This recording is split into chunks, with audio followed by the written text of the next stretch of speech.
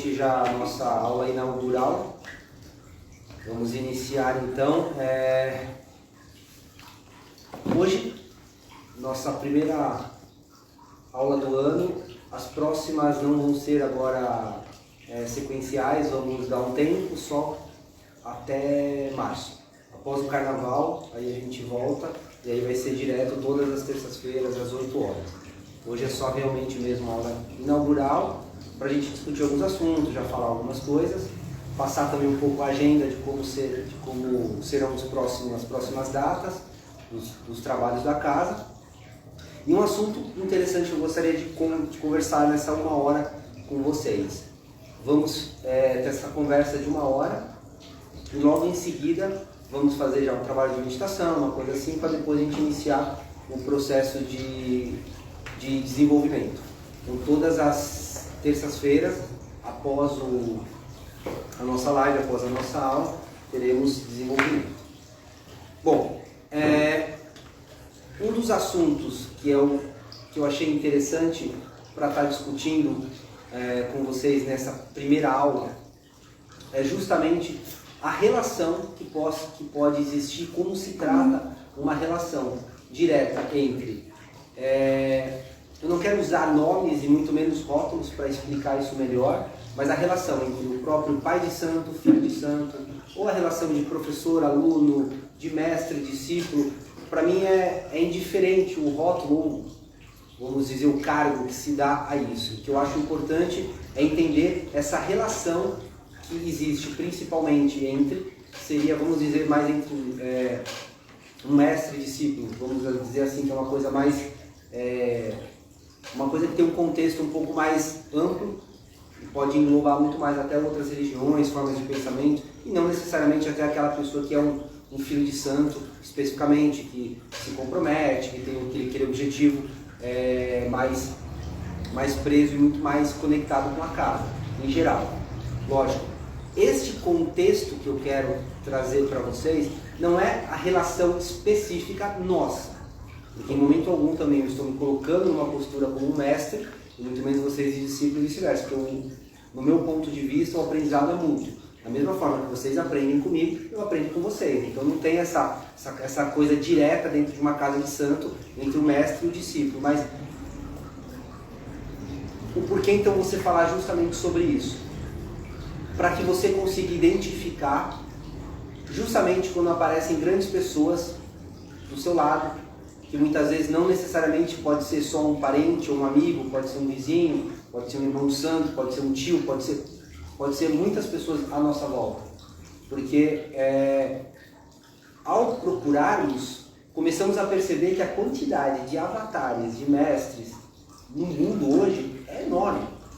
É muito grande, é muito grande. Tem até uma entrevista na época do Sai Baba, que era um grande guru indiano, já é falecido até, mas ele era um dos grandes, todo mundo acho que já ouviu falar, ele tinha um cabelo bem assim, ele materializava coisas, então ele dava joias para as pessoas, ele fazia assim, caía na mão dele anel, caía pulseira, caía coisa, ele trazia ali, o cara fazia assim, era um guru extremamente... E uma vez foram para a Índia um grupo de brasileiros lá, e aí ele perguntando, isso na década, acho que se eu não me engano, de 70, coisa assim, e era difícil naquela época, tudo, e perguntaram para ele, né? Ele falou, nossa, vocês são de onde? Então, falando, nós somos brasileiros e tal. Aí, brasileiro, mas o que vocês estão fazendo aqui tão longe? Não, porque a gente veio atrás da sua palavra, do seu conhecimento. E aí ele vira, isso é gravado, isso acho que no YouTube até tem, ele vira e fala, mas engraçado vocês virem até aqui atrás de mim, tem tantos mestres, mas tantos avatares, tanto quanto eu no Brasil, e o que vocês estão procurando fora? Por quê? Porque a gente tem muito aquela ideia de que o bom é o que está longe, o bom é o que está distante. Isso tanto para aprender, como até para ajudar. Muito mais fácil a gente ajudar uma criança na África, e não ajudar o nosso vizinho, às vezes está passando fome, ajudar uma criança no farol. Por quê? Porque está do nosso lado, né? Aquele da África eu paguei, não vi, não tenho compromisso, não tenho que agir, não tenho que fazer alguma coisa. Então sempre o que é mais distante é melhor. Me fiz até lembrar, teve uma época que entrevistaram o Steve Jobs antes de falecer e tal, e aí perguntaram para ele, eu achei muito curioso essa afirmação que ele fez, perguntaram para ele se ele quais seriam uma das coisas, eu não lembro exatamente como foi, mas o que ele trocaria por toda a fortuna dele. E a resposta dele foi assim, nossa, eu trocaria toda a minha fortuna para 1 hora na companhia de Sócrates. Se eu pudesse ficar 1 hora na companhia de Sócrates, se puder perguntar, conversar com ele, eu trocaria toda a minha fortuna por isso, né? Todo mundo bateu palma, né? Tipo, eu achei aquilo absurdo. Assim, eu achei aquilo absurdo. Você vai perguntar por quê. Eu vou te explicar o porquê e você vai entender o porquê eu criei essa aula, essa palestra pra gente. Porque ele se julgava uma pessoa que talvez entenderia Sócrates, né? Será que ele entenderia? Será que não seria legal ele estar do lado, talvez, um professor, se ele gostava tanto de filosofia, talvez um professor de universidade ou até de graduação de filosofia não poderia dar para ele o conhecimento que era cabível a ele naquele momento, porque era o grau de limitação dele, não seria o suficiente? É a mesma coisa eu virar e falar, não, eu gostaria de ter aula de computador com o Bill Gates. Não, calma, deixa eu aqui na esquina primeiro aprender o básico, começar a aprender as coisas principais e tal, para quando eu tiver e vir a ter um conhecimento um pouco maior, aí quem sabe eu poderia estar na companhia de Bill Gates, fazer uma pergunta adequada e tal, e conseguir desfrutar mais dele. Mas não, ele se julgava capaz de poder conversar com Sócrates. Então esse é o problema. Às vezes a gente quer aquele mestre, aquela pessoa está lá distante, está lá longe, não, porque é ele que eu vou conseguir, é aquele que eu vou, é aquele que não sei o quê. E às vezes aquela pessoa do lado dela, que está na frente dela, é justamente aquela pessoa que o orixá colocou, porque é ela que tem o momento, a verdade, ela que tem aquilo para fazer. Quantas vezes eu ouvi gente falar, não, isso antigamente, eu só faço santo se fosse com tal mãe de santo tal. Mas é aquela que está na Bahia, que está distante, que está longe. Mas aquele que está às vezes do lado dele, que está do lado dela, que talvez seja aquela que traz o axé para o orixá, não. É aquela. Acaba nunca fazendo. Por quê? Porque muitas vezes acaba desprezando por uma arrogância, por uma vaidade, muitas vezes por se achar muitas vezes superior.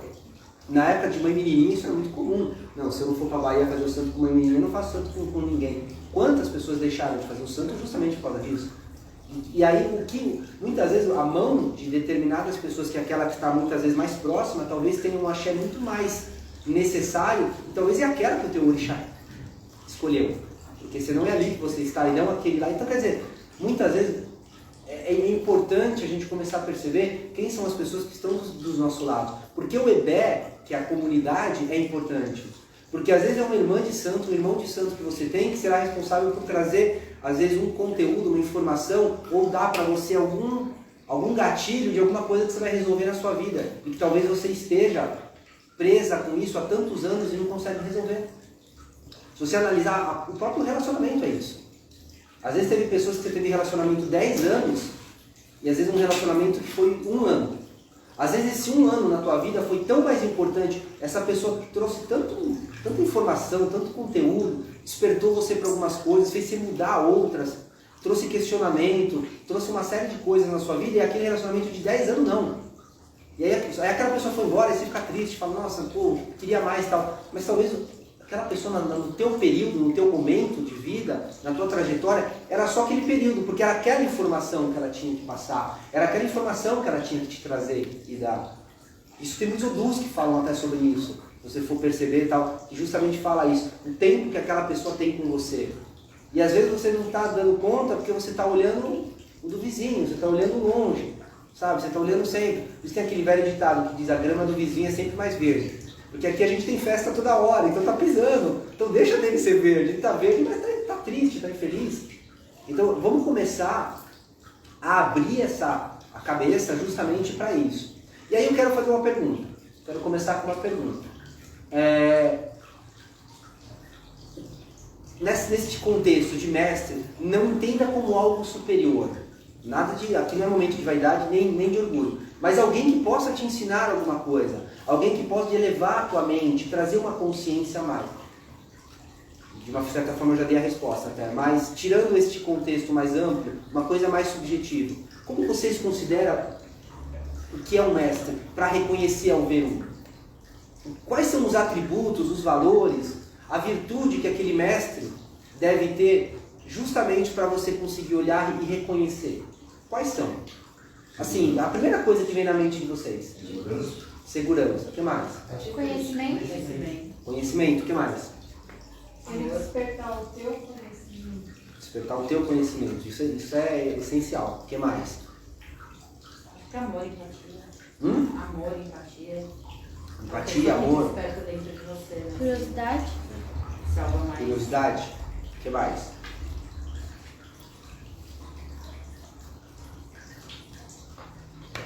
Bom, vamos dizer que a gente pare por aí. Olha como foi fácil vocês perceberem quando vocês conseguem olhar para uma pessoa e reconhecer que ela tem algo a passar a você.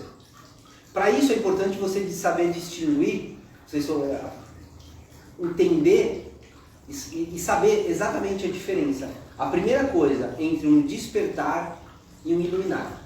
Você sabe a exata diferença entre o que é um ser desperto e um ser iluminado? Porque ambas parecem sinônimos, mas não são. Estão completamente diferentes, uma distância enorme entre um e o outro.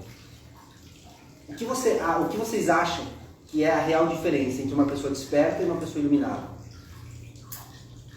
A diferença do ser estar, o outro não é o estar na base. Não.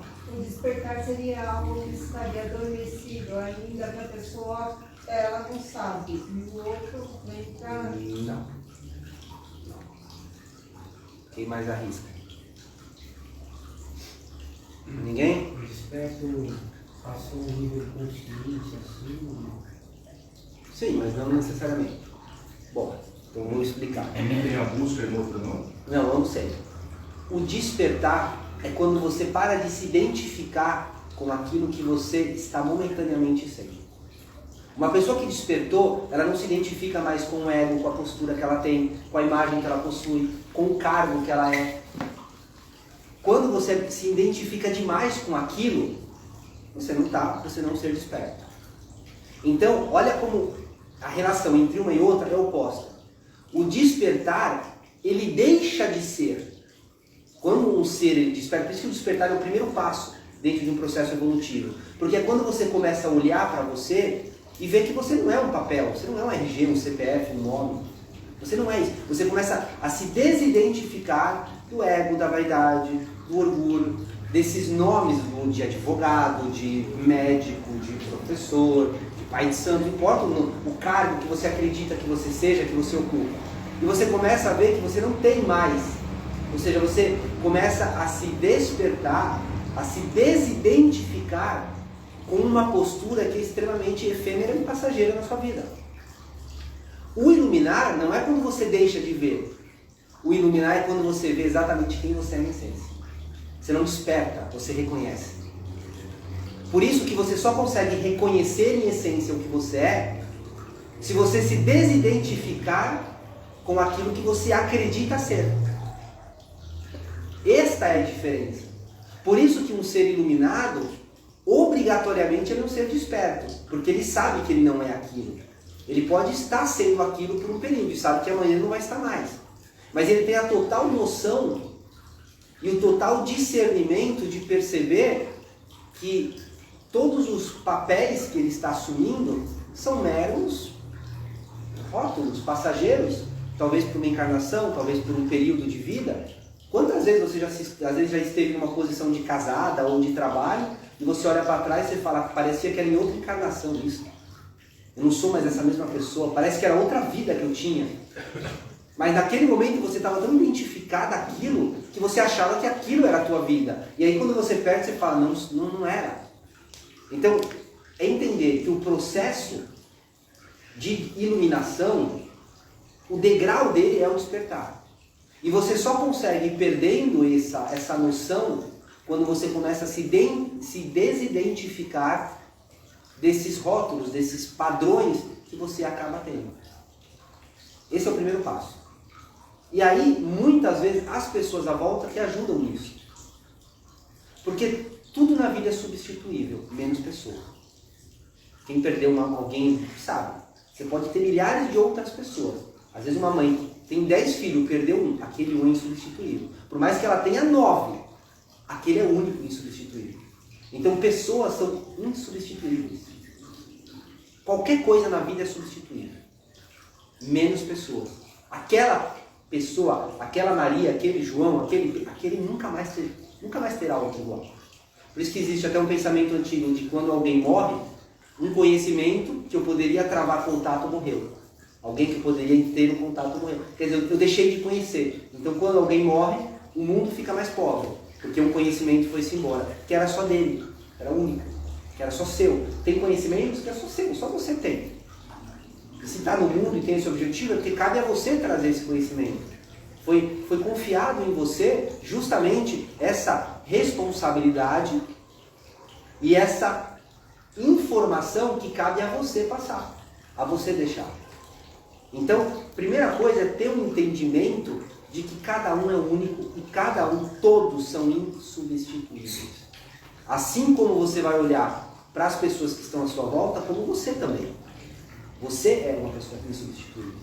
Então, isso já traz um contexto total de que, ao você reconhecer algumas virtudes, alguns valores que, consequentemente, um mestre poderia ter, tem como função e como necessidade criar em você alguma expansão de consciência. Porque se esse mestre não está causando alguma expansão de consciência, se ele não está obrigando você a alguma coisa num sentido elevado, alguma coisa errada tem. A relação, se você pegar, lógico, se a gente fizer uma diferença grande, principalmente entre Ocidente e Oriente, isso é muito claro.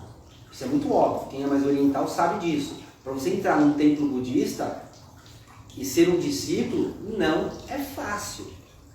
É difícil. Você tem que ralar para conseguir o mestre olhar para a tua cara e falar, ó, vou te ensinar, você será um discípulo meu. Coisa que no Ocidente é o contrário. No Ocidente, as igrejas, elas vão na sua casa, bater na tua porta lá, te buscar para você ir.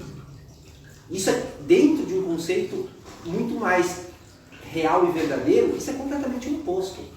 Jamais um mestre vai em direção ao discípulo. É sempre o contrário. É sempre o discípulo que vai em função, em direção ao mestre. Sempre. Em todos os casos. Sem exceção.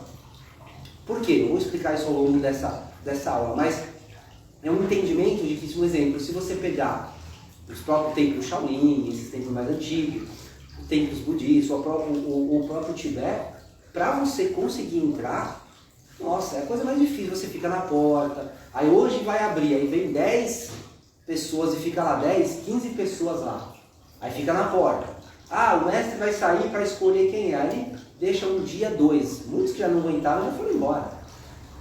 Já foram embora, esse já não volta mais. Aí o mestre vê que está 2 dias lá, ele manda, leva um pouco de comida lá. Aí ele chega lá, ele chega até você. Ah, não sei o que, para ver, porque ele quer que fique meia dúzia. Desses 10 que estavam, se bobear um fica. É igual a universidade, entra 30, se forma um. É igualzinho.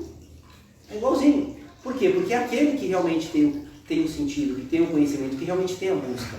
É aquele que tem. Então, por isso, diferente hoje, claro, principalmente essas igrejas, que vão buscar você na tua porta, na tua casa, porque, sabe, precisa das suas ovelhas desgarradas. Isso não existe. E aí, quando você está numa porta de um templo ainda desse, tanto num ashram indiano ou num templo budista, não importa qual que é. Além disso, aí depois ele chegava e ele dava muitas vezes um koan para você, que o koan é tipo uma prova que ele dava, para ver se você era apto de ter um conhecimento para fazer parte daquele monastério. Então ele chegava, tem um koan que é muito conhecido e até engraçado, ele chegava para você e falava: o som de 2 mãos é esse. Qual é o som de uma mão? E tem resposta. Aí ele ia embora e falava, quando você tiver a resposta, você volta. Aí você volta. E assim, errou, tá fora. Então, além disso, eles jogavam os koans justamente para isso. Para perceber e reconhecer qual é o nível de questionamento que você tem. Porque muitas vezes, muita gente fala, muitas pessoas que estão nessas religiões mais, principalmente essas igrejas evangélicas mais pentecostais, essas coisas mais assim, mais fechadinha, mais quadradinha, gente, deixa esse povo estar lá. Não queiram justamente ter a intenção de tirar algo, não. Para o nível de conhecimento, para o nível de questionamento e de anseios que eles têm, aquilo basta. Eles estão no lugar certo. Porque o nível de questionamento que eles têm diante da vida, diante do entendimento do universo, é isso. Por quê? Porque o mestre verdadeiro, ele justamente traz a noção para você, primeira, de liberdade, e segunda, de caminho próprio.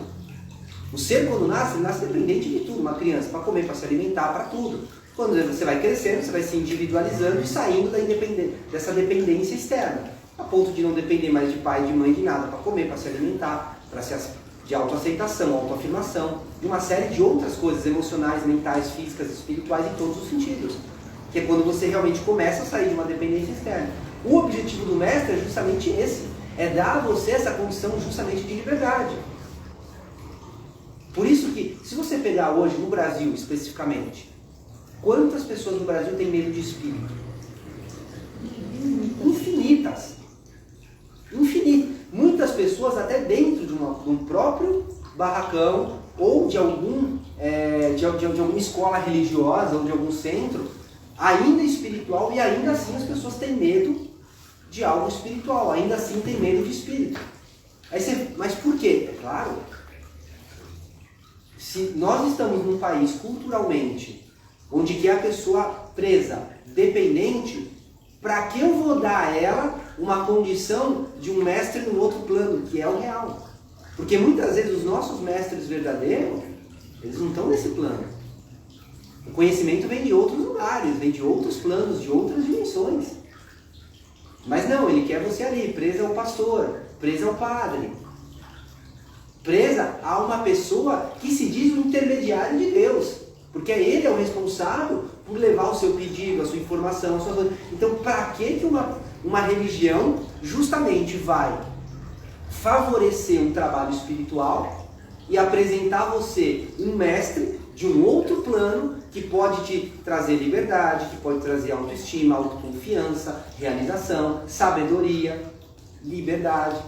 Para quê? Se o que ele quer é você preso, para que ele possa aproveitar de você, para que ele possa te usar financeiramente, em todos os sentidos. A gente está aí a história, Idade Média aí para ver.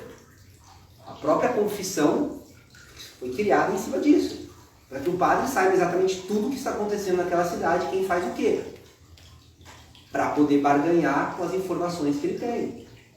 Então, para que eles vão mostrar a vocês, ensinar a vocês um caminho de um mestre superior no outro plano, e eu vou estar dando para você justamente a chave dos seus grilhões, a chave da sua algema? Eles não vão fazer isso. Então, por isso se tem a ideia cultural de que espírito é ruim, de que isso é coisa do capeta, que o plano espiritual só tem coisa errada. Por quê? Porque é ali que você vai encontrar justamente a tua liberdade. É ali que você vai encontrar seus verdadeiros mestres que vão lhe mostrar quais são as suas fraquezas, quais são as suas debilidades.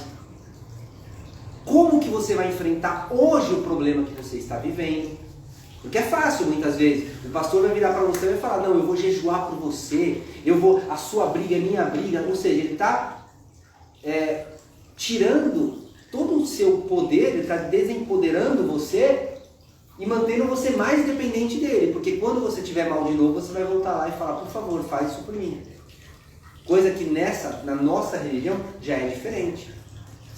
O que eu ensino a vocês, não chegam diante de Ogum, por exemplo, vai dar uma comida, vai acender uma vela e se prostra diante dele, por favor, Ogum, resolva a minha vida, por favor, não sei o que, não. Um santo, uma divindade, herói, forte, guerreiro, batalhador, vai dar valor para vitimismo, fracos, pessoas que querem que ele resolva? Não, ele corta a cabeça. Agora se coloque diante de Ogum, meu pai, você é potente, você é corajoso, você é guerreiro, você lutava, me inspire a ter essa tua força, me inspire a ter essa tua garra, para que eu possa ter esta força, lógico, se igualar, estar igual a você e conseguir vencer as minhas batalhas. Sei que as suas eram maiores, mas que eu possa ter um pouco desse teu axé, para que eu possa vencer as minhas batalhas e as minhas guerras. Você acha que algum vai ajudar quem? Esse primeiro que se prostrou diante dele, por favor, resolve minha vida? Ou aquele que se pôs diante dele com postura, com força, com capacidade? Ele vai valorizar muito mais aquele, porque afinal de contas está diante de um guerreiro. Está diante de um grande guerreiro rei de Irei Fé, que tinha todo o poder, que matava, que fazia, acontecia. Você acha que ele vai valorizar pessoas que se prostram diante dele de uma forma extremamente humilhante? Não, para ele isso é um soldado fraco. Soldado fraco, ele vai ajudar? Não vai. Então, olha a relação como é diferente. E nós temos problemas todos os dias. Todos os dias temos conflitos, todos os dias temos barreiras, temos dificuldades. E justamente é o que eu brinco, que é o que a gente falou lá em umas aulas lá atrás. A oração, ela não está para você comprar Deus. Você não reza para que você influencie Deus. Você reza para que você se fortaleça para conseguir resolver os seus problemas. Porque se uma oração vai influenciar Deus para as coisas acontecerem do teu jeito, isso não é uma oração. Isso é a lâmpada do Aladim.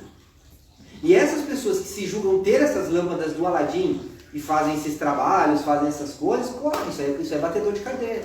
É batedor de carteira. Um cara desse é safado. Seja a religião que for, seja de pai de santo a padre, um cara desse é safado. Porque ele quer te manter inferior, ele quer te manter dependente e também não vai resolver nada. Porque não adianta. As coisas elas resolvem não com milagres, com processos, com dedicação, com esforço. As coisas acontecem sobre o empenho. Nada acontece de graça. Se ficar esperando que uma coisa do céu não vai cair, a não ser que você faça alguma coisa por aquilo. Então é óbvio que o reconhecimento, a fortuna, a prosperidade, a abundância, ela vem. Mas ela vem mediante o esforço. É um ditado antigo, que até tem um filósofo, o Cortella, fala muito isso, né? Vaca não dá leite, né? A gente acha que não. Se você não ir lá e tirar, ela não dá leite. Então essa história que vaca dá leite, não. Se você não for lá às 5 da manhã e ordenhar ela, você não vai tirar o leite. Então vaca não dá leite. Quem dá leite é você tirando. Mas a gente tem essa ideia, né? De que vai cair do céu, que vai vir e tal. E não é assim que funciona. Então, a ideia do mestre direto é justamente aquele mestre que ele consegue trazer o quê? Uma noção de liberdade para você. É aquele que liberta você dos seus medos, você dos outros. Então, quer dizer, ele tem a noção e a percepção de liberdade para que você consiga se desidentificar daquilo que você limitou através de uma postura, através de um pensamento, através de uma ideia, através de um rótulo e, ao mesmo tempo, do meio da sociedade de tudo. Então, essa é a noção direta do próprio mestre. Então, se você pegar, por exemplo, o próprio os 10 mandamentos, que o Moisés, ao descer, trouxe lá a tábua lá com os 10 mandamentos. Gente, o que tem de espiritual naquilo? Não matar, não roubar, não cobiçar a mulher do próximo. Não... Gente, isso é um manual de sociedade. Mas por quê? Porque naquela época as pessoas deviam ser tão primitivas que deviam matar o outro, deviam pegar a mulher do outro, devia roubar, devia tudo. Então calma aí, vamos trazer porque aquilo não tem nada de espiritual. Aquilo é acho que é mais umas regras, umas leis de convivência, porque acho que entre eles, naquela época, acho que eles não conseguiam nem se manter, eles não conseguiam, acho que nem se auto-manter, então era necessário uma lei para falar que você não pode matar o outro, porque eles mal, acho que deviam conseguir se... É que não tinha consciência de punição, né? Exato. E aí a gente começa a ver que, pô, a religião, muitas vezes, a católica, que existe, o cristão, ele vem disso. Ele vem do judaísmo. No entanto que na Bíblia, se você pegar o Velho Testamento, ele é um judaísmo ali. Então, quer dizer, o que tem de espiritual ali, o que tem de religioso ali, assim, nada. Ele é muito mais um manual ético social do que necessariamente um contexto o próprio espiritual. Então, ter esse entendimento, ele já dá a você uma condição de você também questionar aonde o seu, não digo o seu ponto de vista, mas aonde muitas vezes as suas opiniões, aonde muitas vezes o seu entendimento, ele está apoiado. Porque muitas vezes, inconscientemente, você está apoiado em crenças extremamente arcaicas e primitivas, para uma época onde hoje você tem bom senso, discernimento e consciência para conseguir falar, não, isso aqui para mim não presta. Isso é óbvio que eu não vou matar, é óbvio que eu não vou roubar, é óbvio que eu não vou, isso é óbvio que eu não... Isso é óbvio. Quer dizer, isso lá atrás. Hoje em dia, meus questionamentos são superiores a tudo isso. Hoje eu tenho muito mais questionamento. Por quê? Porque eu consigo ser uma pessoa muito mais pensante, eu consigo refletir muito mais, eu tenho uma autoconsciência um pouco mais apurada.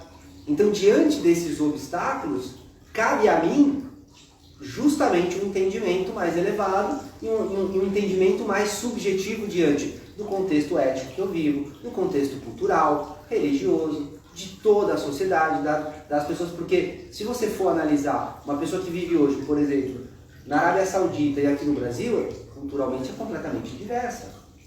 Em todos os sentidos. Desde os seus gostos alimentares até tudo.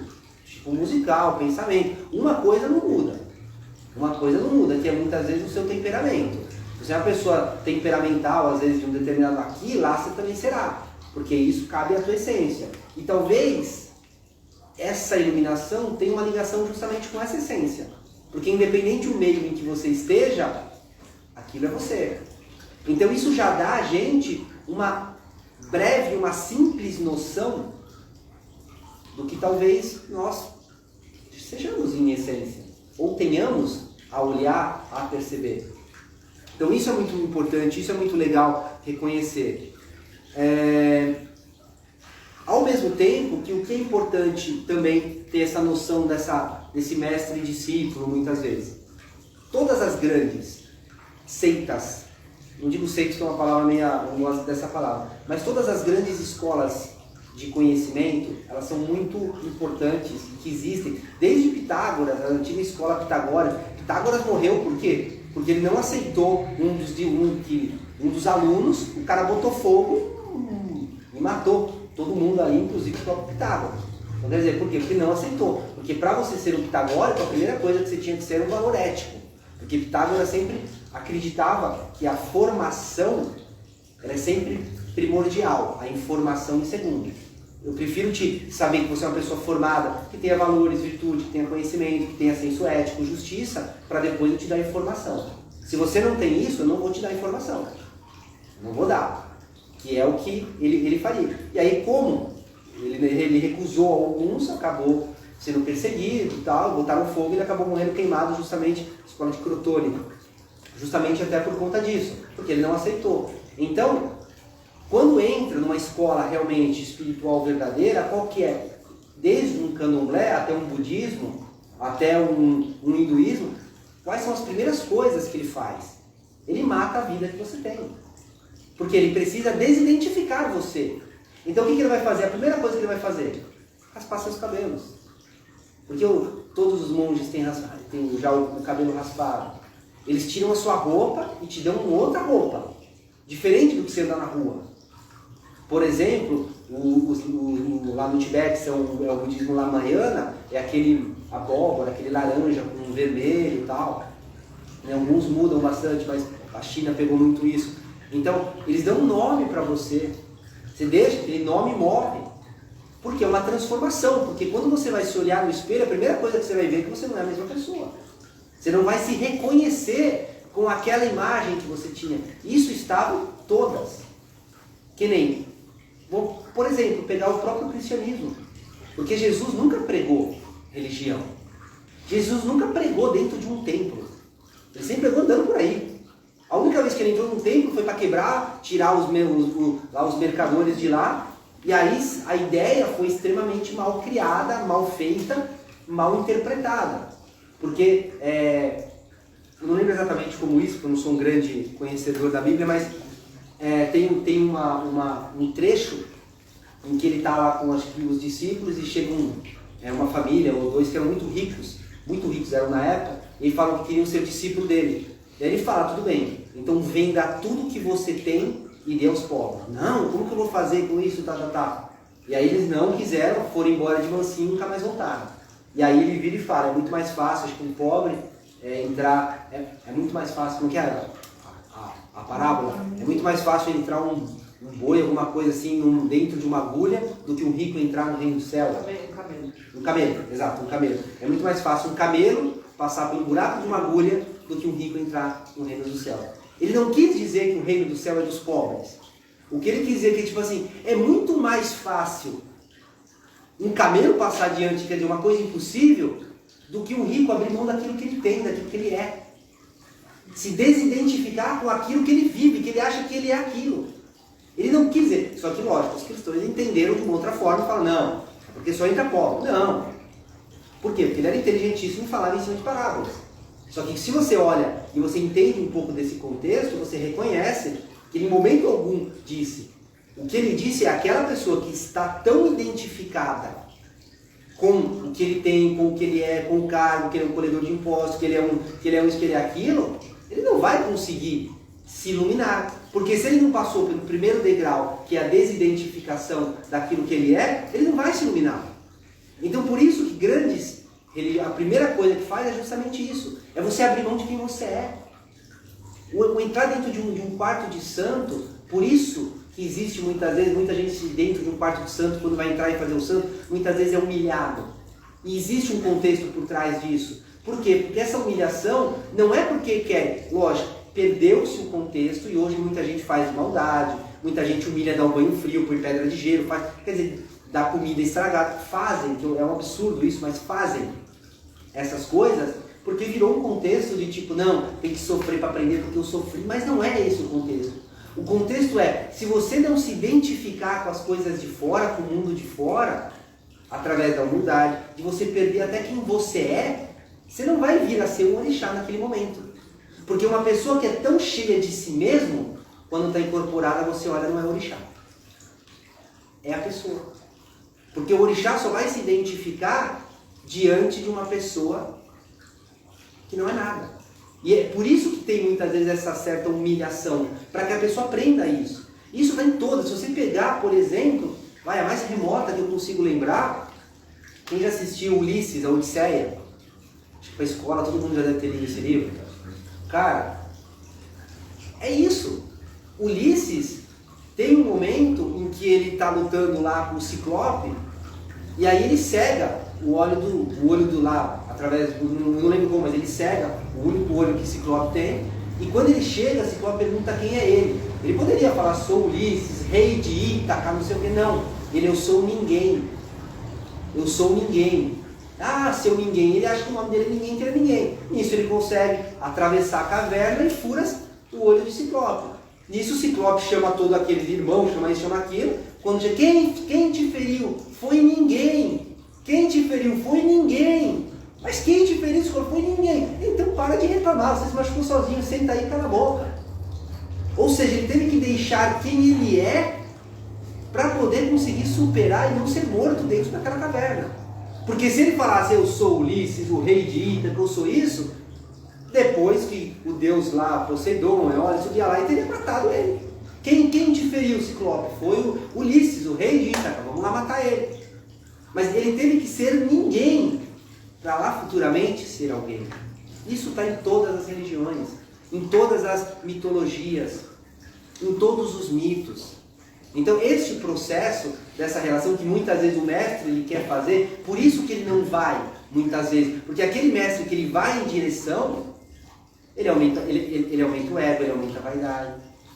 Por quê? Porque justamente, se você estiver no meio de um lago, à noite, num breu, e você acender uma luz, uma lanterna que seja, quantos bichos vão em direção àquela luz? A luz vai em direção aos bichos? Não. Então é óbvio, o mestre jamais ele vai. Por quê? Porque ele está ali e todos vão em direção a ele, porque ele é aquela luz. Essa é a diferença do mestre também morto e um mestre vivo. Existe, até hoje, em vários lugares da Índia, vários ashram, o próprio ashram do Osho, que é muito conhecido, que até hoje vai gente, dizem que quando ele estava lá era algum tipo de energia. Não estou aqui para falar o mérito se é bom, se era ruim ou isso não, mas quando ele estava vivo, era uma iluminação tão grande, era uma coisa ali que hoje as pessoas vão lá, não é a mesma coisa. Então também tem uma diferença de você estar com um mestre enquanto vivo. Você acha que tem diferença, por exemplo, no caso, um Oxalá, ou um Jesus, ou um Buda, você está diante dele fazendo uma conversa, ou somente lendo os textos dele? Existe diferença? Imagina você estar do lado de um ser de uma iluminação tão grande. A gente teve muito isso aqui próximos da gente. Assim, quem já chegou perto de Chico Xavier, por exemplo, e não sentiu a energia dele, a vibração dele? É diferente de você pegar agora o livro dele e ler e você está do lado dele, diante dele. Então a diferença de você estar diante de uma luz e depois que aquela luz se apaga É muito grande. Porque o que é importante do mestre é a convivência.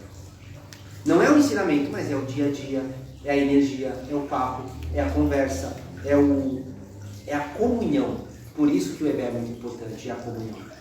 Então é dar atenção e ter uma certa noção justamente para que vocês aproveitem quantas luzes tem hoje à nossa volta. Aproveitem essas luzes. Não espere essa luz apagar para depois você ficar procurando para qual luz vai, como que vai, porque nós temos assim à nossa volta milhares de luzes extremamente iluminadas, extremamente claras, prontas para nos trazer conhecimento, informação. Está cheio, está cheio. O que tem, isso eu escuto de vários lados, seja espiritual, seja material, o que temos de avatares, de pessoas iluminadas no mundo hoje, são incríveis. Pessoas com um propósito real, verdadeiro, de ajudar, de fazer a caridade, de trazer um conhecimento, de despertar você. Então vamos também ficar atentos justamente a isso. Por quê? Porque essas pessoas justamente vão nos auxiliar a conseguir ter esse contato melhor com esses outros mestres que estão em outros planos. Que são nossas entidades, são os nossos orixás, são nossos mentores, não importa o nome, o rótulo que você dá isso. Isso é, sabe, hoje se fala isso, antigamente se falavam outros rótulos, outros nomes, catício, entidade, guia, mentor, mestre, espírito, santo, não importa, mas é ter a mente aberta para conseguir reconhecer isso, conseguir ter essa noção de reconhecimento.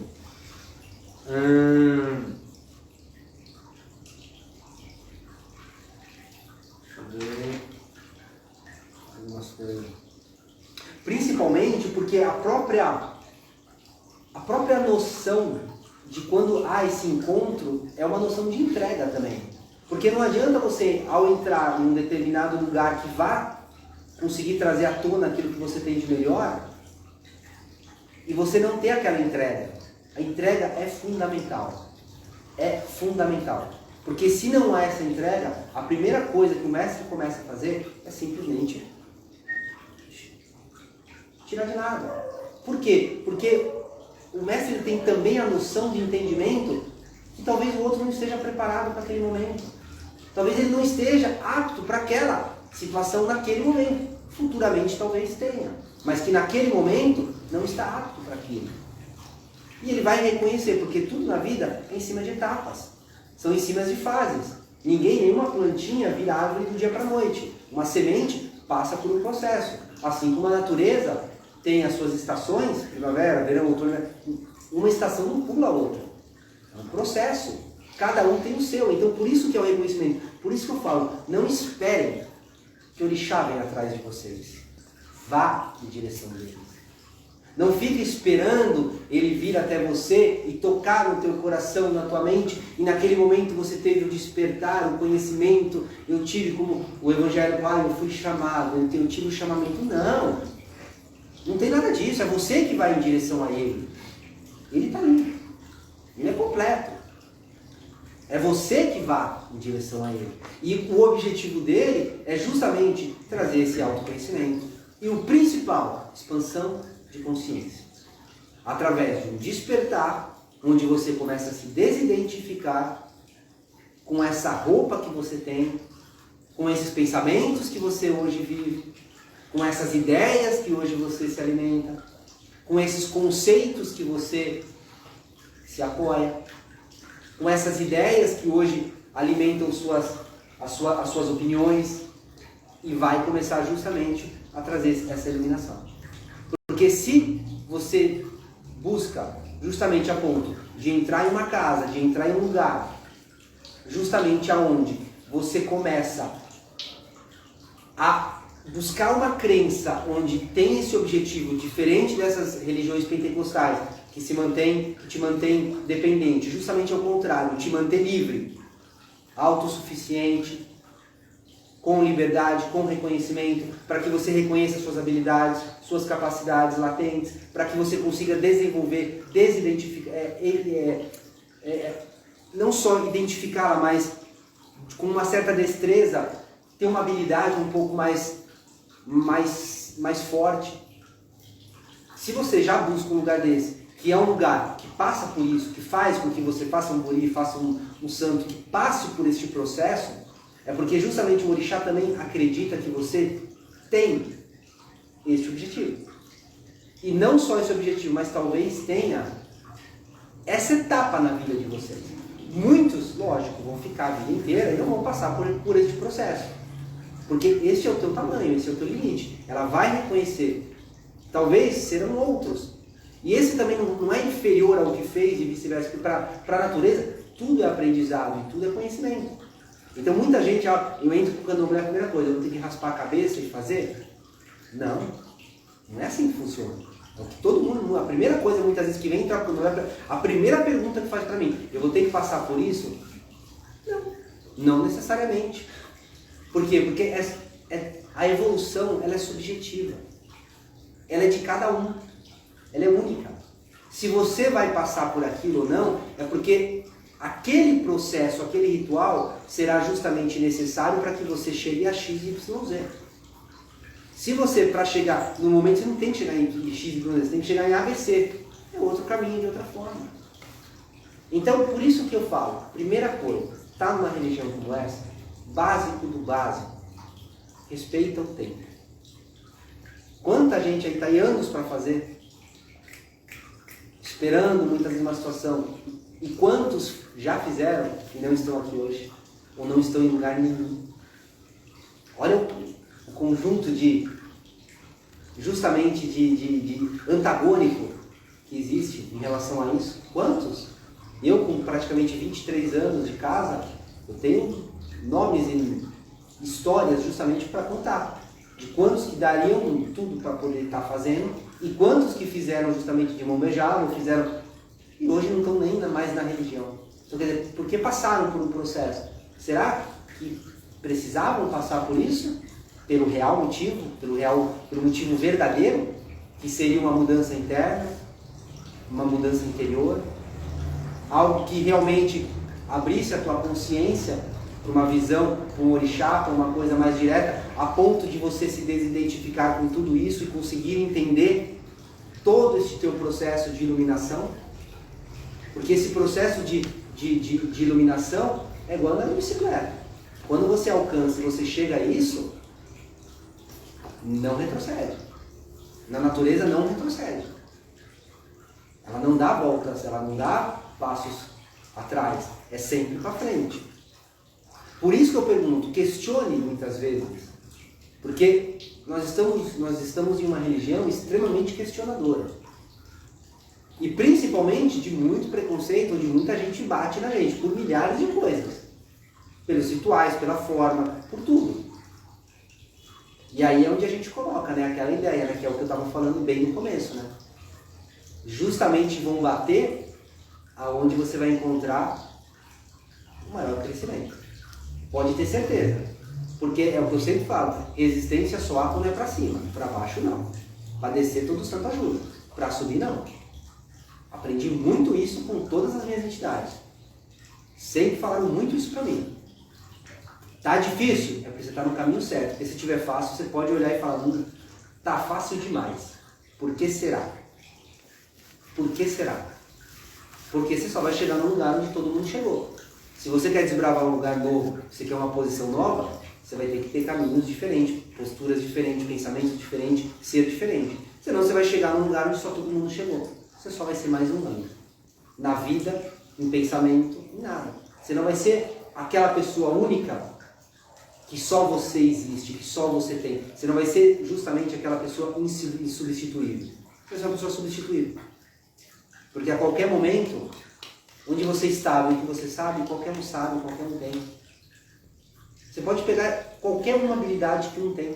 Desde um cantor até um engenheiro, qualquer coisa. O que ele faz, dificilmente, muitas vezes, um outro faz.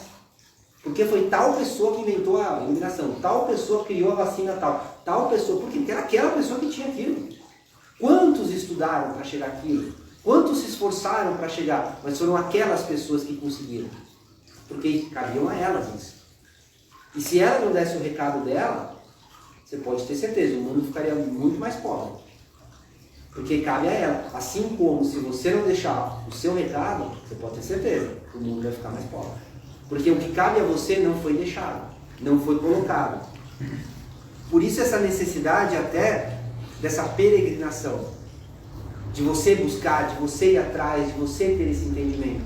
Por isso que eu falo, vai em direção ao orixá, vai em direção ao mestre, vai em direção ao conhecimento. Não espere que o conhecimento não vai bater na sua porta. Porque se vier na sua porta bater para te dar conhecimento, pode duvidar. Pode duvidar. Igual o testemunho de Jeová, bateu na sua porta, quer informação? Pode ter certeza que é uma informação limitada, uma informação baseada em outras crenças, extremamente quadradinha, que não vai te libertar de nada. Pelo contrário, vai te manter preso. Então, vão atrás do conhecimento. Vão atrás dos seus limites. Começam a questionar mais a si mesmo. Porque vocês têm um nível de questionamento alto. Vocês não aceitam qualquer coisa. Isso é bom. Isso é bom porque isso é um esforço que você está fazendo consigo mesmo para ter conhecimento, para ter algo a mais, para ser algo a mais. Aproveite isso. Aproveite toda essa sua força que muitas vezes ela surge porque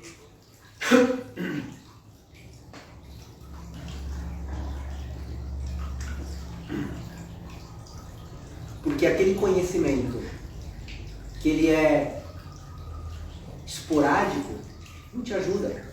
Adianta você ir uma vez por semana para a academia? Não adianta. Adianta você estudar uma vez por semana inglês? Conhecimento é a mesma coisa. O conhecimento ele é constante, ele é diário. E você não aprende só dentro de uma casa de santo ou de uma casa de axé. É no dia a dia. É olhando uma pessoa na rua. É presenciando uma situação dentro de casa, no transporte público. É numa padaria, comprando alguma coisa, pagando um pão, uma mulher do lado, com um caixa ali. Por quê? Porque o livro da vida é constante, está ensinando a gente o tempo todo. Mas a gente se rotula muitas vezes a aprender só nisso. Aí que surge muitas vezes o grande problema. Porque muitas vezes tem lugares e espaços que vocês criam que justamente se tornam castelos, onde vocês acabam sendo reis dentro daquilo, só que muitas vezes ali é onde está o seu maior aprendizado. E muitas vezes aonde você acha que você ensina só, é onde você tem o maior aprendizado. Aqui no Barracão, se eu imaginar que aqui eu só estou aqui para ensinar, eu vou ser o mais limitado e o mais ignorante de todos. Porque justamente aqui onde talvez eu tenha o lugar mais propício a ensinar, talvez esse seja justamente o lugar onde eu mais aprenda. Porque cada um é único e eu aprendo com cada um de vocês. Filhos e não filhos. Pessoas que vêm e vão embora. Se eu olhar para trás nessa minha trajetória de 23 anos, quanto que eu aprendi? Num lugar que obrigatoriamente teria que ser um lugar para eu ensinar. E foi o lugar onde eu mais aprendi. Então não se fecham, não se rotulam a imaginar que o espaço que muitas vezes de ensinamento, ou o espaço teu de trabalho, o espaço teu da tua casa, que é o lugar onde muitas vezes você vai aprender mais com o teu filho do que você imagina. Muito mais. E às vezes você acha que não, você é mãe, ali é tua casa, ali é o teu reduto, é o teu castelo, é o teu feudo. Você é a mãe, você está para educar, para ensinar. Teu filho vai te dobrar, porque ali é ele que está para te ensinar. E você, por ter essa limitação de achar que naquele espaço você está para ensinar, você se rotula e deixa de aprender. Porque talvez, na maioria das vezes, ali é o melhor lugar que você tem para aprender. É o lugar que você mais aprende. Mas por esse preconceito e essa vaidade e essa identificação que você cria, justamente te obriga a ver uma postura que você não é, uma postura que você deve estar e não ser. E isso acaba com o teu conhecimento, com o teu despertar, com a tua sabedoria, com a tua evolução. Porque, tudo bem, é uma criança, mas é um espírito formado, tanto quanto você. Ainda no corpo físico não consegue se manifestar de forma completa, mas é um espírito formado como qualquer outro. Igualzinho. E que tem, muitas vezes, um objetivo enorme de mudar alguma coisa na sua vida, de te ensinar de mudar isso, aquilo. Isso eu falo em todos os sentidos. No seu trabalho, na tua casa, no teu centro religioso, no teu hall de amizades, no teu amigo da cachaça, em tudo. Em tudo. Fiquem atentos. Porque muitas vezes, lógico, aquele que vai te trazer aquele conhecimento, talvez não seja um mestre. Mas provavelmente tem algo a te ensinar. E se você não estar aberto a isso, você pode ter certeza, é um conhecimento que você deixou de ter. Lá na frente você vai sofrer. Você pode ter certeza que lá na frente você vai pagar o preço, porque se a vida te mandou aquele conhecimento, aquela informação, é porque aquilo seria útil. Lá na frente. Aquela aula que você não faltou, que você faltou lá na faculdade, vai ser a questão número 7 da prova que você falou, não estudei, eu não estava nessa aula, e agora? Então essa lição que você ignorou, lá na frente vai virar um desafio. Isso é o perigo. Aquele mau sentimento, mal resolvido, lá atrás, aquela tua carência lá atrás, aquela tua falta de discernimento lá atrás, aquela tua insegurança lá atrás, hoje vai trazer um problema que pode afetar no seu trabalho, que diante de um obstáculo que você vai viver, vai ser um problema e você não vai saber como resolver. Por quê? Porque lá atrás você ignorou alguma coisa. Então, hoje, muitas vezes, o que hoje se torna um problema na vida de você, na sua vida, ou o que torna uma dificuldade, ou um grande desafio, é porque foi lá atrás algo que você não quis resolver, mas que trouxe, que a vida trouxe para você resolver aquilo. Se a vida muitas vezes tirou certas situações de você, porque ela já estava te preparando para uma solidão, por exemplo, lá atrás. Para que hoje você saiba lidar com ela. E que talvez hoje você não saiba lidar com ela, porque lá você não colocou um certo reparo, você não deu a atenção devida. E hoje muitas vezes você pode estar pagando o preço por justamente não ter aprendido. O que lá atrás a vida já estava querendo te ensinar. E você não deu atenção. Então, vamos ter essa humildade de aprender com tudo e com todos. Não vamos se revoltar diante de um problema, diante de uma situação. Vamos se desidentificar, porque aquele problema não sou eu. Eu não sou aquele problema. Eu estou vivendo aquele problema. É o velho ditado que todo mundo já ouviu falar. Muitas vezes a tristeza é só um intervalo entre duas alegrias. E assim como a alegria também é só um intervalo entre duas tristezas. A vida é assim. Esta é a vida. Se alguém falou que é diferente, você pode ter certeza, está te enrolando, está te enganando. Então vamos olhar para esse ano dessa forma. Você vai se posicionar muito mais imperativo, você vai ser muito mais forte, você vai olhar para os seus problemas com uma certa clareza, muito mais robusta, com alicerce, com base, com estrutura. Você vai evitar uma série de tristeza, choros, desperdício na vida, tempo. Vocês vão ganhar tempo. E tempo é uma coisa que também não volta. Tempo é uma coisa que passou. Acabou, perdeu. Tá certo? Bom, tem algumas coisas a mais para falar, mas por ser aula inaugural, o que eu queria era trazer essa ideia. Eu pensei muito nesse... Isso é algo que eu já escrevi já tem um certo tempo. Desde quando fechou a casa, já venho pensando que eu queria inaugurar a casa nessa nossa palestra, essa nossa aula, justamente com algo genérico, mas ao mesmo tempo que cada um conseguisse tirar um pouco de tudo isso que eu falei e usasse como um certo